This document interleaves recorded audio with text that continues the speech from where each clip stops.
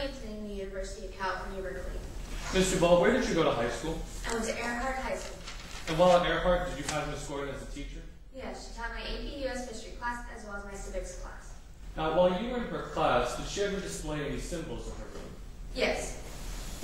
Now, do you see those symbols pictured in front of you as exhibits 10, 11, and 12? Yes. Now, starting at exhibit number 10, could you please describe the size of this object for the jury?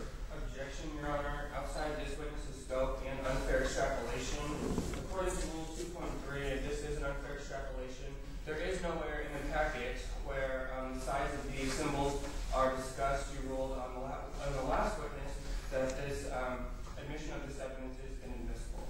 Your Honor, if I may respond. Yes. Do you have a page or a Well, she doesn't describe the size of them in her statement, but I don't believe it's unfair extrapolation as it is described by other witnesses and that she's admitted being in the room. And furthermore, we have pictures of those objects to show that she is within the realm of what those objects display as.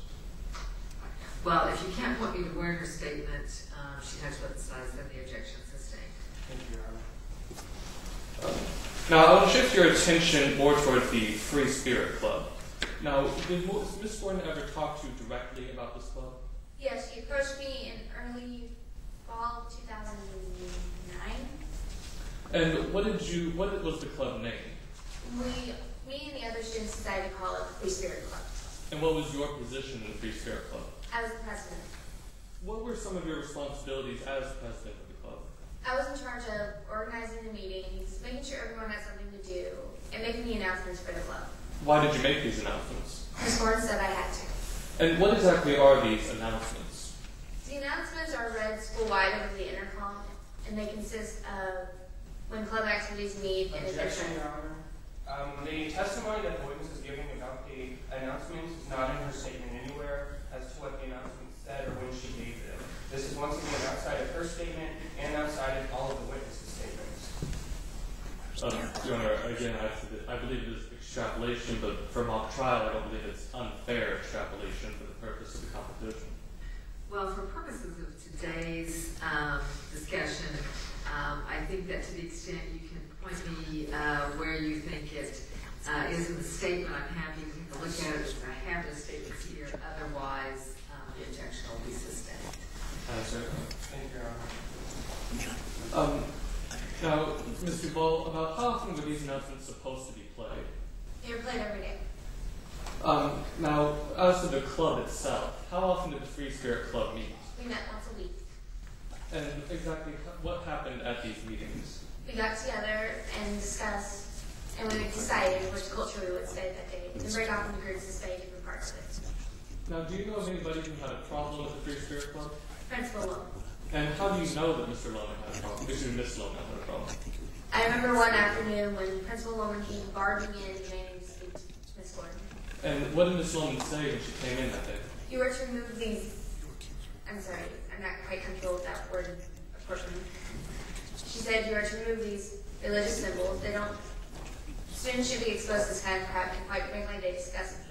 Then she said you are to disband this club because it's blasphemous, doesn't belong in a good school like this, and you're sending kids to hell. Now, I'd like to shift your attention to the events of April 11th. Your Honor, may I approach the witness? You may. Now, Mr. Ball, he was marked as Plaintiff's Exhibit number 8. Do you recognize this document? Yes. And where do you recognize this document from? It was displayed around the school in early April. Your Honor, at this time, I'd like to admit this as Plaintiff's Exhibit number 8.